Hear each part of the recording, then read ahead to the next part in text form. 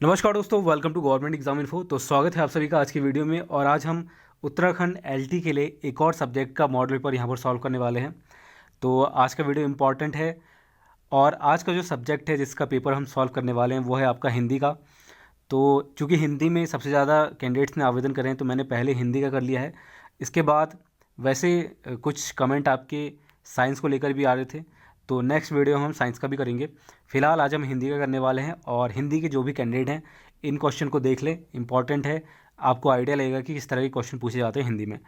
तो सबसे पहले इसको शेयर कर दीजिए सभी के साथ जो भी हिंदी के कैंडिडेट हैं एलटी के, ताकि जो हिंदी के लिए प्रिपरेशन कर रहे हैं उनको एक आइडिया रहे कि जो पेपर था 2018 का एलटी का वो कैसा था, किस लेवल का था, सिलेबस के अकॉर्डिंग कितना था कितना नहीं था।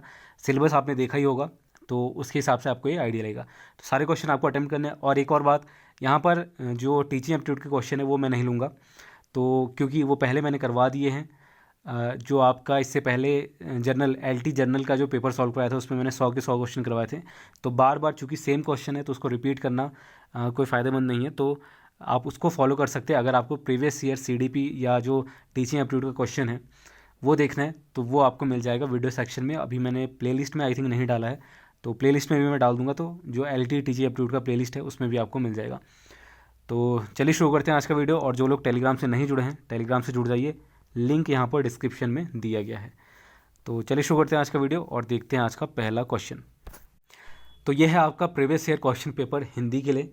और हिंदी कैंडिडेट सारे क्वेश्चन अटेम्प्ट करके देख सकते हैं और चेक कर सकते हैं कि जो आपका प्रिपरेशन लेवल है, तैयारी का जो स्तर है वो कितना ठीक है अभी तक। यानी कि जो प्रीवियस ईयर क्वेश्चन है उससे आपको आइडिया लगेगा कि क्वेश्चन किस तरह के पूछे गए हैं और अभी तक जो आपने तैयारी की है उसमें से आपके कितने राइट आंसर हुए इस क्वेश्चन पेपर में, वो आप बता भी सकते हैं और चेक भी कर सकते हैं खुद से अगर आपने सिलेबस के अकॉर्डिंग प्रिपरेशन किया है तो। और इससे एक और फ़ायदा होगा कि जो सिलेबस है और जो क्वेश्चन पेपर था प्रीवियस ईयर का उससे ही आपको पता चलेगा कि एक्चुअल में सिलेबस से कितने बाहर आए हैं या नहीं आए हैं, ये आपको आइडिया लग जाएगा।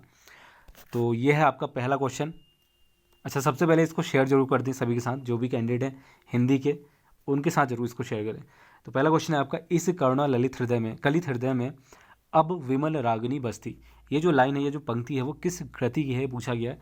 तो ऑप्शन डी अगर आपने सोचा है तो बिल्कुल सही है, डी इसका राइट आंसर है। इसके बाद देखिए नेक्स्ट क्वेश्चन है, विद्या सुंदर तथा मुद्रा राक्षक किसके द्वारा लिखित नाटक है। तो विद्या सुंदर तथा मुद्रा राक्षक, ये चार ऑप्शन दिए गए, इनमें से आपको चूज़ करना है। तो जैसे जो ऑप्शन दिए गए उन्हीं में से आपको एक चूज़ करना है। तो ऑप्शन सी इसका राइट आंसर है, भारतेंदु हरिश्चंद्र। भारतेंदु हरिश्चंद्र ने मुद्रा राक्षक और विद्या सुंदर इसको लिखा था, तो इनके द्वारा लिखित ये नाटक है। वैसे मुद्रा राक्षक ओरिजिनली जो नाटक है वो किसी और ने लिखा था, बाद में भारतेंदु हरिश्चंद्र ने आई थिंक इसका अनुवाद किया था। तो ऑप्शन सी इसका राइट आंसर होगा। इसके बाद है, यत शब्द का पुल्लिंग तृतीया बहुवचन का रूप होगा, क्या रूप क्या होगा। तो ऑप्शन डी इसका राइट आंसर है, यह है, ये इसका राइट आंसर है ऑप्शन डी। इसके बाद है, संघ की राजभाषा हिंदी होगी, यह भारतीय संविधान के किस अनुच्छेद में लिखा गया है। अब ये क्वेश्चन आपको याद आ रहा होगा कि ग्रुप सी में बहुत बार पूछा गया है, इवन यूकेपीएससी ने भी अपने स्क्रीनिंग के एग्ज़ाम वगैरह में भी पूछा और कई बार ये पूछा जाता है। तो हिंदी से ये मान के चलिए इस तरह के क्वेश्चन, संविधान से रिलेटेड हिंदी का जो कह सकते हैं कब इसको शामिल किया गया हिंदी को, या कब ये आया अस्तित्व में संविधान कॉन्स्टिट्यूशन में, या कौन से आर्टिकल में, जैसे ये पूछा गया है। तो ये सारी चीज़ें आपकी आ सकती हैं हिंदी के अंतर्गत। तो इसका जो राइट आंसर है वो है 3431, 373(1) में ये है, आर्टिकल 373(1) में। इसके बाद है, उम्दा शब्द का अर्थ है। तो अच्छा है इसका अर्थ, उम्दा मतलब अच्छा होता है। इसके बाद है, उदय शंकर भट्ट का नाटक क्रांतिकारी का प्रकाशन कब हुआ। ये जो नाम है नाटक का क्रांतिकारी, इसका प्रकाशन कब हुआ। तो ये 1954 ईस्वी में हो गया था। ऑप्शन सी इसका राइट आंसर है। इसके बाद देखिए क्वेश्चन नेक्स्ट है आपका, तुर्की अरबी हिंदवी भाषा जो जेतो आही, यह पंक्ति किस कवि की है। तो ये जो है आपका किसकी है, जायसी। ऑप्शन इसका राइट आंसर है। तद्धित प्रत्यय कहते हैं, तद्धित प्रत्यय किसे कहते हैं। तद्धित प्रत्यय होता है संज्ञा सर्वनाम और विशेषण शब्दों से जुड़ने वाले को तद्धित प्रत्यय कहते हैं। इसके बाद है, गच्छतम गम धातु का किस लकार का रूप है। तो होगा ये आपका विधि लिड, ये नाम है और ऑप्शन डी इसका राइट आंसर। इसके बाद देखिए, जहाज का पंछी उपन्यास है, तो जहाज का पंछी किसका उपन्यास है? ईला चंद्र जोशी का। तो इससे आपको आइडिया लग रहा होगा किस तरह के क्वेश्चन पूछे जा रहे हैं। इसके बाद है हमारे आराध्य संस्मरण है। ये जो है किसका है? ये होगा आपका बनारसी दास का। ऑप्शन डी इसका राइट आंसर है, बनारसी दास चतुर्वेदी का। इसके बाद है निम्नलिखित में विद्यानिवास मिश्र के निबंध संग्रहों में कौन सा निबंध संग्रह नहीं है? तो यहाँ पर विद्यानिवास मिश्र के निबंध संग्रह की बात की गई है, तो ये कौन सा होगा? चिंतामणि नहीं है। इसके बाद देखिए छंद सूत्रम की रचना करने वाले आचार्य थे? आचार्य पिंगल, भरत मुनि, आचार्य भट्ट लोलट या फिर आचार्य डिंगल। तो छंद सूत्रम की रचना करने वाले आचार्य थे आचार्य पिंगल। ऑप्शन इसका राइट आंसर है। इसके बाद अगला क्वेश्चन अगला है यहाँ पर निर्मला उपन्यास में प्रेमचंद्र ने समाज की किस समस्या को उठाया है? तो अनमेल विवाह को उठाया है। इसका मतलब क्या है आप कमेंट करके बता सकते हैं, मुझे नहीं पता है। तो हिंदी वाले जो कैंडिडेट आपको आइडिया होगा इसका मतलब, तो आप बता सकते हैं। आंसर वैसे इसका डी है, अनमेल विवाह। इसके बाद अगला क्वेश्चन, इसके बाद है आपका अगला क्वेश्चन। इसमें पूछा गया है कर्तुम शब्द में कौन सा प्रत्यय है? तो देखिए व्याकरण से भी है आपका काफ़ी सारे क्वेश्चन, और इसका जो आंसर होगा क्या होगा? कर्तुम शब्द में कौन सा प्रत्यय है? तो ये होगा आपका तुमन। ऑप्शन 20 का राइट आंसर है। नेक्स्ट है यह शब्द अन्वेषण का पर्यायवाची नहीं है। इसका मतलब क्या है? इनमें से कौन सा शब्द अन्वेषण का पर्यायवाची नहीं है? वो कौन सा होगा? गवाक्ष। इसके बाद जूझ उपन्यास किस शैली में लिखी गई है? तो ये जो उपन्यास है वो किस में लिखा गई है? आत्मकथनात्मक। ऑप्शन ए इसका राइट आंसर है। इसके बाद नेक्स्ट क्वेश्चन, पल पल में अलंकार है, तो पुनरुक्ति हो गए। इसके बाद है नेक्स्ट क्वेश्चन, निम्नलिखित में से किसको मनोविश्लेषणवादी कहानी लेखक नहीं माना गया है? क्या विश्लेषणवादी कहानी लेखक नहीं माना गया है किसे? तो ये क्या है? जयशंकर प्रसाद को इन्हें नहीं माना गया है मनोविश्लेषणवादी कहानी लेखक। इसके बाद नेक्स्ट क्वेश्चन है मधु कांकरिया द्वारा लिखित यात्रा वृत्तांत है, तो ये क्या होगा? ये है आपका साना साना हाथ जोड़ी। ऑप्शन है इसका करेक्ट आंसर है। नेक्स्ट क्वेश्चन, जात्या ब्राह्मणा में कौन सा सूत्र प्रयुक्त हुआ है? तो ये होगा आपका प्रकृत्य। ऑप्शन सी राइट आंसर है। प्रकृत्यादिभ्य स्तृतीया उपसंरव व्यानम। डिफिकल्ट है थोड़ा प्रोनाउंसिएशन में, तो हिंदी वालों के लिए आसान होगा या फिर संस्कृत वालों के लिए। तो ऑप्शन सी इसका राइट आंसर है। इसके बाद है पथ के साथी संस्मरण है, तो पथ के साथी संस्मरण क्या होगा? किसका है? महादेवी वर्मा का। नेक्स्ट क्वेश्चन, हिंदी साहित्य के किस युग को स्वर्ण युग कहा जाता है? ये भी क्वेश्चन कई बार पूछा जाता है। तो इस तरह के कुछ क्वेश्चन होते हैं जो रिपीटेड होते हैं, यानी कि हिंदी की किसी भी एग्ज़ाम में पूछे जाते हैं। तो हिंदी साहित्य के किस युग को स्वर्ण युग कहा जाता है? तो ये होगा आपका भक्तिकाल। ऑप्शन 20 का राइट आंसर है। इसके बाद 19वीं सदी के भारतीय नव जागरण का जनक किसे कहा जाता है? तो किसे कहा जाता है? राजा राम मोहन राय को। ऑप्शन डी इसका राइट आंसर है। इसके बाद चंद्रकांता उपन्यास के लेखक हैं, तो चंद्रकांता उपन्यास के लेखक कौन है? देवकी नंदन खत्री।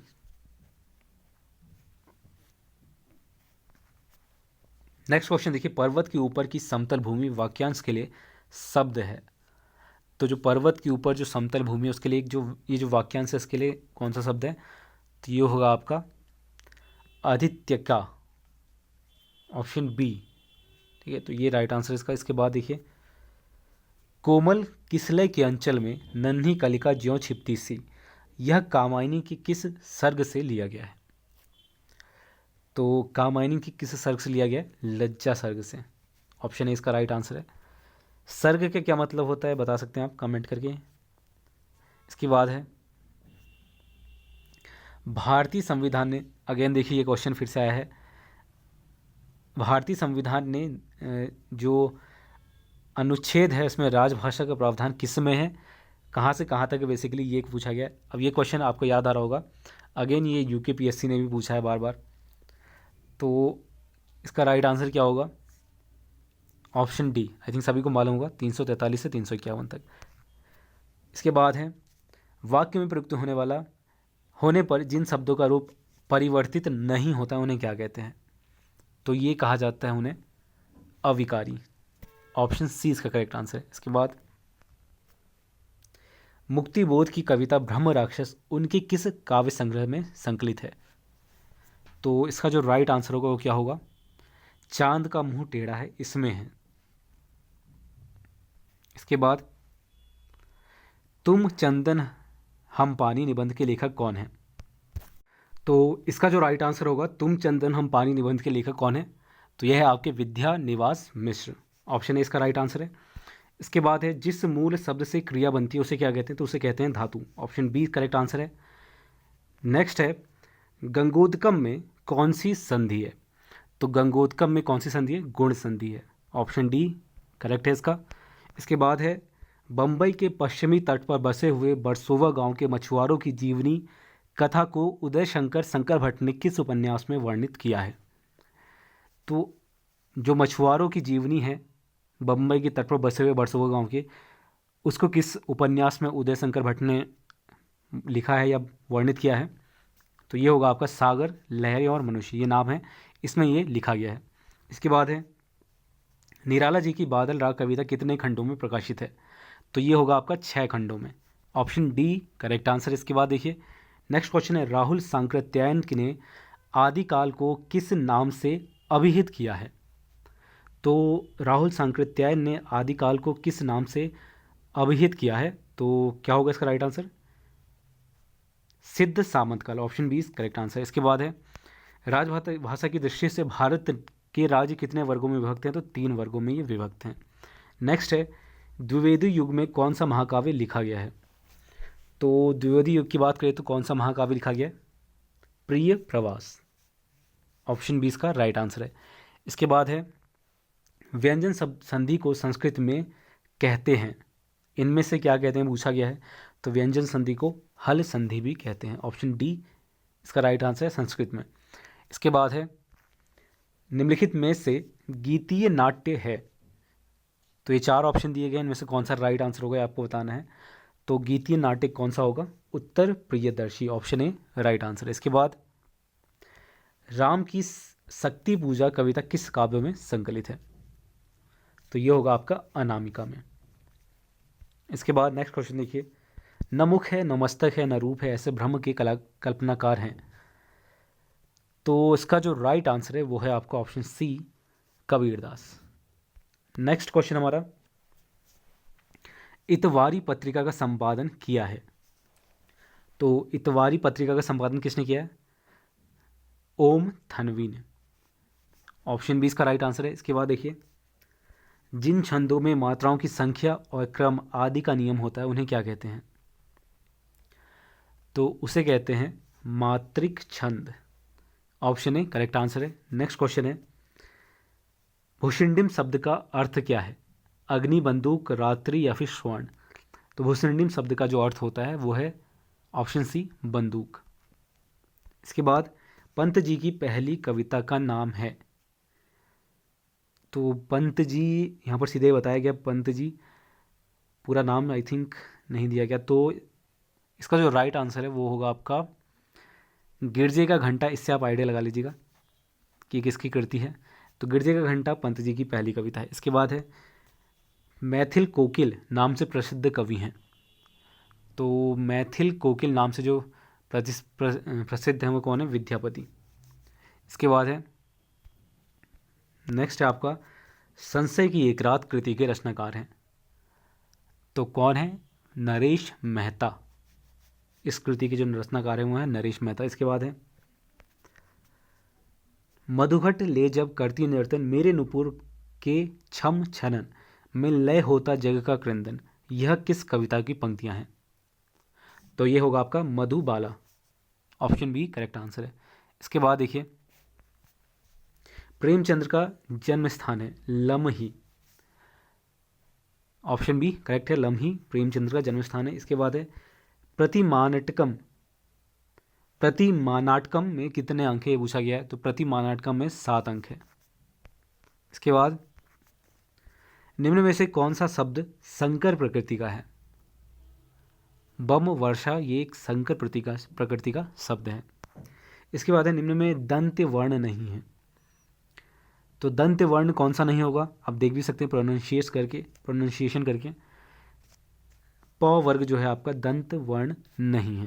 इसके बाद देखिए लिंग, वचन, कारक आदि के कारण रूप परिवर्तित होने वाले शब्द को कहते हैं, क्या कहते हैं, विकारी शब्द।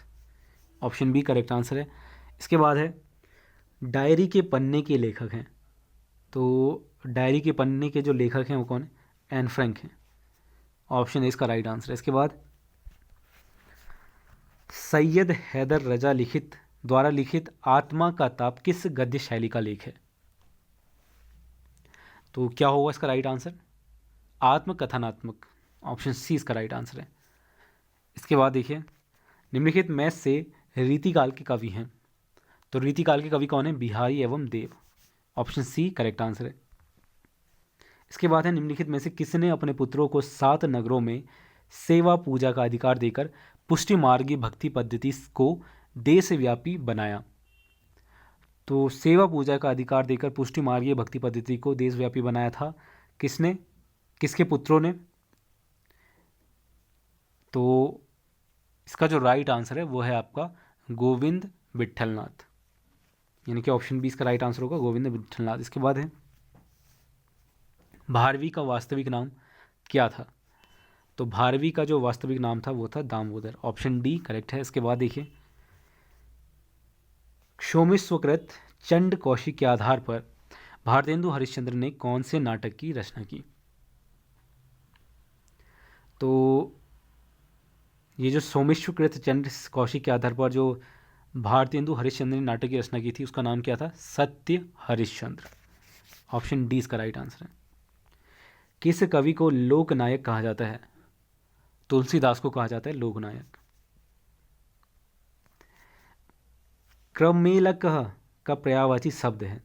क्रमेलकः का पर्यायवाची शब्द क्या होगा, उष्रः।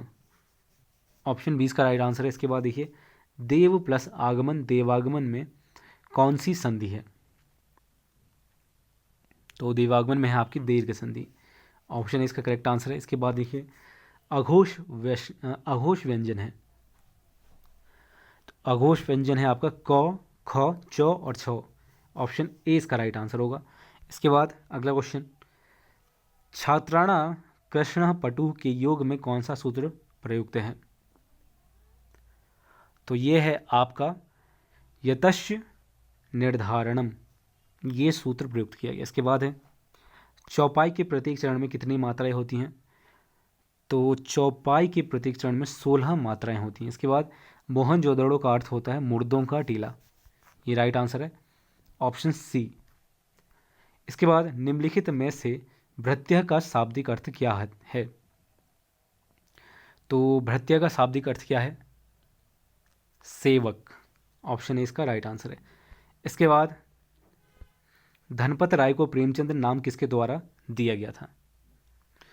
तो दया नारायण निगम द्वारा ये दिया गया था।